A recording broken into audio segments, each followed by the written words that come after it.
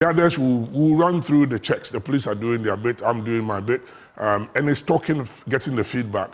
And my key role as the Minister for Chieftaincy is to focus the mind of the traditional authorities across the country.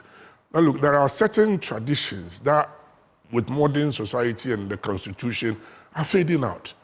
And we got to sit down and ask the Chieftaincy Act 759, I think clause 11.2 says we must find a way to codify these customary laws.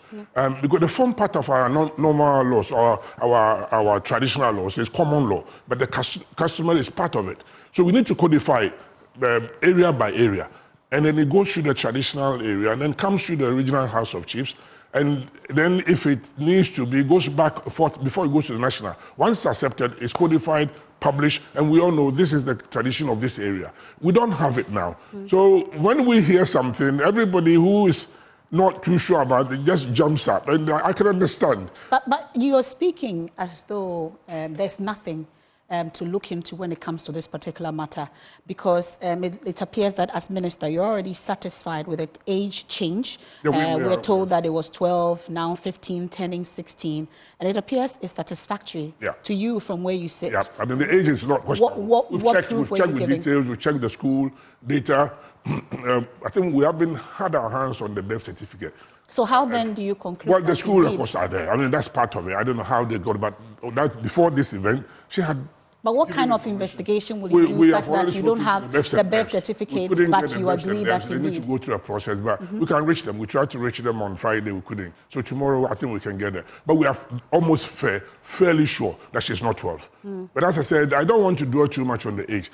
The differences keep on telling us that there's some few information we need to get right.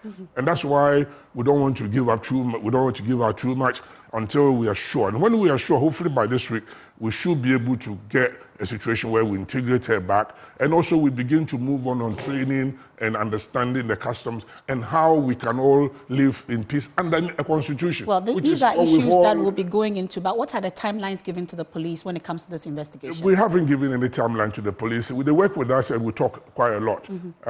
They know this is an issue that must be resolved very quickly.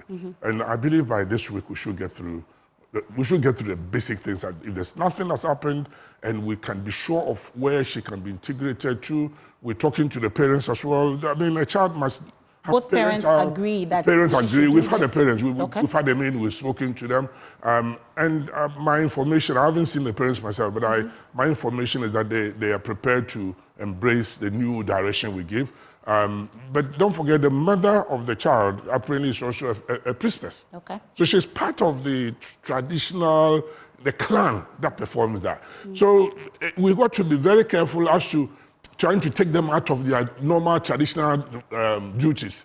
I recognize, I'm an indigent, and we keep on repeating to them that I understand what they're doing, but so long as there's no criminality, if there is, there's nothing we can do about it. We can't shield anybody.